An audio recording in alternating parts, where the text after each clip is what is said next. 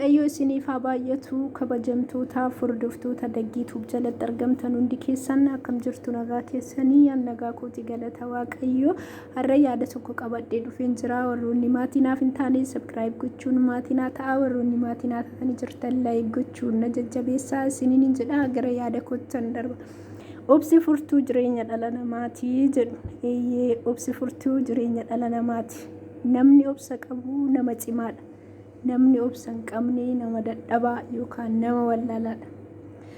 Obsi jireenya keenya keessatti barbaachisaadha. Jireenya jiraannu keessatti obsa qabaachuun barbaachisaadha. Yoo obsa qabaannee hamaa nutti dhufu jala darbuu ooluu kan nuti dandeenyu obsa qabaachuu keenyaatiinidha. Mudannoon garaagaraa biyya lafaa kanarra hanga jiraannutti nu mudachuu danda'a.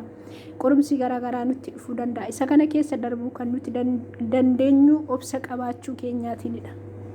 Kanaaf iyyuu namni obsa qabu qorumsa isatti dhufe jala ni darba. Warri namni obsa hin qabne waan qorumsuma xiqqoo isatti dhufuun of miidhuu danda'a.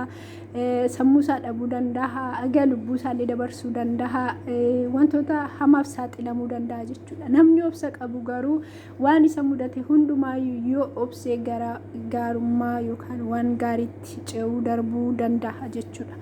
Kanaaf iyyuu obsi jireenya keenya keessatti nu barbaachisa jechuudha. Waanuma kam yoo ta'eyyuu waanuma akkam cima jennee yaannu keessatti obsi nu barbaachisa jechuudha.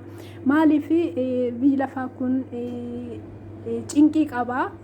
Isa kana keessa immoo obsinee darbinee waan gaarii argina jennee yaanni akkas ta'u jabeessuu qabna.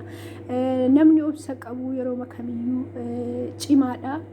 Cimina nama tokko kan mul'isu obsa qabaachuu isaati jechuudha. Hojii keessatti wanta garaagaraa keessatti waan isa mudatu hundumaayyuu obsaayyuu dabarsee waan guddaa arguu waan danda'uu fi obsi barbaachisaadhaan isiniin jedha. Namoonni obsa hin qabne obsa qabaadhaan isiniin jedha. Obsi nu barbaachisa.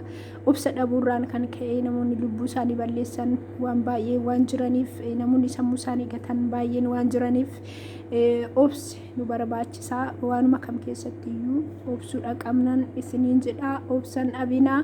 Viidiyoo biraatiin hanga walitti deebinutti baay'ee.